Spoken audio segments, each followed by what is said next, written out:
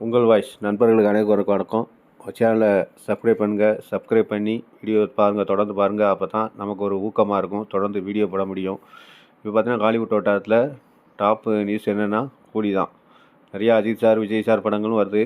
ஆனால் ஃபஸ்ட்டு ரீடிங்கில் இருக்குது பார்த்தீங்கன்னா கூலி தான். அதுக்கு காரணம் வந்து சன் பிக்சர்ஸ், ரஜினிகாந்த், அனிருத், லோகேஷ் இந்த காம்பினேஷன் கேட்க வேணும். இந்த 4 காம்பினேஷன் இருக்கும்போது கண்டிப்பாக படத்துக்கு வந்து எதிர்பார்ப்புக்கு வந்து பஞ்சமே இருக்காது. லோகேஷ் பற்றி எல்லாத்துக்குமே தெரியும், அவர் எந்த மாதிரியான அதிரடியான படங்கள் கொடுப்பாருன்னு. இப்போ கூலியில் என்ன பார்த்தீங்கன்னா, கூலி படம் ரிலீஸ் டேட் வந்து கிட்டத்தட்ட முடிவாயிட்டுன்னு சொல்லலாம். ட்ரெய்லர் எந்த டேட்டில் ரிலீஸ் ஆச்சோ அதே மாதிரி தான் கிட்டத்தட்ட ஆகஸ்ட்டு 14, 13 வந்து கண்டிப்பாக கூலி படம் வந்து ரிலீஸ் ஆகும். இது வந்து எந்த மாற்றமும் இருக்காது. டெய்லர் டீசர் வந்து ஏப்ரல் 14 கண்டிப்பாக ரிலீஸ் பண்ணுவாங்க. அதுக்கடுத்து பார்த்திங்கன்னா ஆடியோ லஞ்ச்சு இந்த மாதிரி வச்சு படத்துக்கு வந்து ப்ரமோஷன் கொடுத்து படத்தை வேறு லெவலுக்கு கொண்டு போவாங்க. ஏன்னா ட்ரெய்லருக்கு அப்படி தான் நடந்தது. முதல்ல பெரிய ஹைப்பாக இருந்தது. பார்த்திங்கன்னா பேன் இண்டியா சாதாரண படமாக எடுத்து கடைசியில் ஒரு பேன் இண்டியா மூவியாக தயாரித்து படத்துக்கு ஒரு பெரிய எதிர்பார்ப்பு ஹைப் உண்டாக்குனாங்க. அதுவும் ஆடியோ லஞ்ச் முடிஞ்சோன்னா படத்துக்கு வேறு லெவலுக்கு ஹைப்பாக இருந்தது. அதே போல் தான் இதுக்கும் ட்ரெய்லரில் இந்த மாதிரி மம்முட்டி, மோகன்லால், நம்ம சிவராஜ் அவர்லாம் நடிச்சிருந்தாங்களோ அதே போல் தான் இப்போ கூலிக்கும் பார்த்திங்கன்னா ஒரு இந்தியா லெவலில் உள்ள ஆர்டிஸ்ட் வந்து இதில் கண்டிப்பாக நடிச்சிருக்காங்க. அதில் நம்ம ஆர்டிஸ்ட்டு யாரெல்லாம் நடிச்சிருக்காங்கன்னு நம்ம சொல்ல தேவையில்லை. ஆனால் இருந்தாலும் சொல்லிக்கலாம். பார்த்திங்கன்னா இப்போ சூப்பர் ஸ்டார் ரஜினிகாந்த், நாகார்ஜுன், அமீர்கான், சத்யராஜ் இந்த மாதிரி ஒரு பெரிய நடிகை பட்டாளமே இருக்காங்க. அதுவும் குறிப்பாக சொல்லணும்னு பார்த்தீங்கன்னா பூஜா கெக்டேவும் படத்தில் பார்த்தீங்கன்னா ஒரு சிறப்பு ஒரு பாட்டுக்கு வந்து டான்ஸ் ஆடுறாங்க. ட்ரெய்லரில் வந்து எப்படி தமன்னா கலக்குனாங்களோ அதுக்கு கொஞ்சமும் வேகம் குறையாமல் கண்டிப்பாக பூஜா கெக்டே வந்து இந்த படத்தில் ஒரு கலக்கம் தான் சொல்லணும்.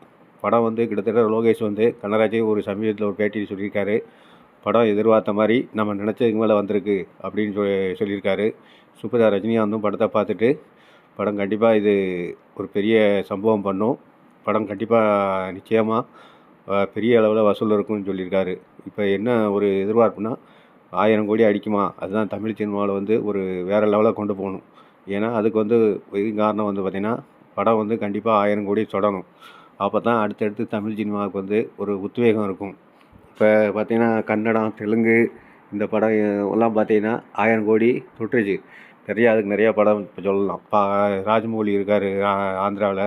அதாவது எப்படின்னா இந்த பாகுபலி அது இதுன்னு சொல்லி நிறைய படங்கள் கொடுத்து அந்த தெலுங்கு சினிமா வந்து வேறு லெவலுக்கு கொண்டு போயிட்டார். ஆனால் நம்ம தமிழ் சினிமாவில் வந்து இன்னமும் கூட 500 கோடி தாண்டதே பெரிய விஷயமா இருக்குது. அதில் பார்த்திங்கன்னா சூப்பர் ஸ்டார் ரஜினிகாந்தோட ட்ரெய்லர் படம் தான் 69 கோடியை தொட்டு ஒரு தமிழ் சினிமாவில் வந்து ஒரு முத்திரை பதிச்சது. இப்போ அடுத்து இன்னும் என்னென்னா இந்த 69 கோடியும் தாண்டி கண்டிப்பாக 1000 கோடியை பண்ணணும் அப்படிங்கிற ஒரு டார்கெட்லாம் கொண்டு போயிருக்காங்க. அதனால தான் பார்த்தீங்கன்னா படத்துக்கு வந்து அமீர்கான், நாகார்ஜுன்னு சொல்லி மற்ற ஸ்டேட்டில் உள்ள ஒரு முக்கியமான ஹீரோக்களை வந்து படத்தில் வந்து இறக்கியிருக்காங்க. நிறையா பேர் சொல்லலாம், சூப்பர் ஸ்டார் ரஜினிகாந்த் வந்து நிறைய இப்போ வர பார்த்தீங்கன்னா அடுத்த ஸ்டேட்டில் உள்ள நடிகர்கள்லாம் வந்து போட்டு கதாநாயகன் அவங்க படத்தில் வச்சு படத்தை ஓட வைக்காருன்னு. அது கொஞ்சம் யோசிக்கணும். முதல்ல வந்து தமிழ்நாட்டில் வந்து எல்லாருமே ஒரு தமிழ் நடிகர் மட்டுமே நடிச்சுட்டு இருந்தாங்க.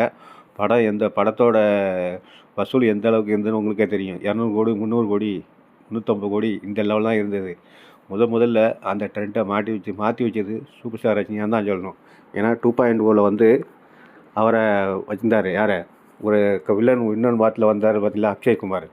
அவரை வந்து படத்தில் வச்சாங்க. படம் வந்து வேறு லெவலுக்கு கொண்டு போச்சு. கிட்டத்தட்ட 850 கோடி வரைக்கும் கொண்டு போச்சு.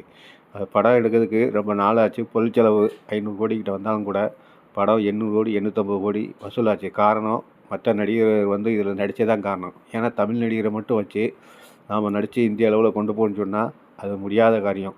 அதனால தான் ட்ரெய்லர்லேயே கூட மோகன்லாலையும் சிவராஜையும் வச்சாங்க. அந்த படம் எந்த அளவுக்கு பேர் வாங்குச்சுன்னு உங்களுக்கு எல்லாத்துக்குமே தெரியும்.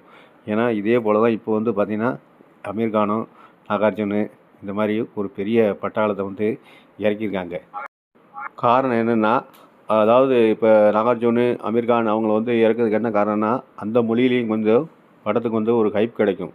அதுதான் காரணம், வேறு ஒன்றும் காரணம் கிடையாது.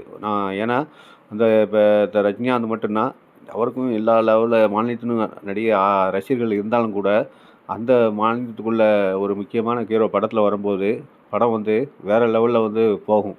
அதுக்கு தான் வந்து இப்போ ஒரு புதிய யுக்தியை வந்து கையாண்டுருக்காங்க. ஏன்னா செயலில் அதே யுக்தியை தான் கையாண்டாங்க. இப்போ இந்த படத்துக்கு வந்து அதே யுக்தியை தான் கையாண்டுருக்காங்க. நாகார்ஜுன், அமீர் கான், சத்யராஜ் நம்ம தமிழ் நடிகர் தான். இந்த மாதிரி மற்ற மாநிலத்தில் நடிகர் சேரும்போது கண்டிப்பாக படம் வந்து 1000 கோடியை கண்டிப்பாக தொடும். இதில் வந்து எந்த மாற்றமும் கிடையாது.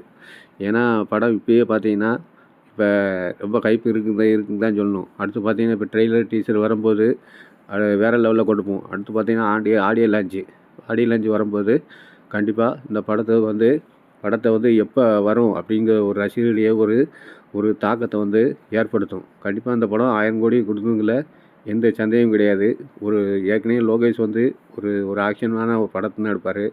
கண்டிப்பாக ரசிகர்களுக்கு பிடிச்ச மாதிரி கண்டிப்பாக எடுப்பார். அப்படிங்கும்போது இந்த படம் வந்து ரசிகர்களுக்கு மனசில் 100% கண்டிப்பாக அவங்களுக்கு ஒரு என்டர்டெயின்மெண்ட் படமாக கண்டிப்பாக இருக்கும். வேறு செயலருக்கும் குறையாத படமாக கண்டிப்பாக லோகேஷ் வந்து எடுத்திருப்பார். ஏன்னா சன் பிக்சர்ஸ் அவங்களோட யுக்தி எல்லாத்துக்குமே தெரியும். அவங்க எந்த அளவுக்கு மார்க்கெட்டிங் சொல்லுவாங்கன்னு. கண்டிப்பாக அதை பற்றி படத்தை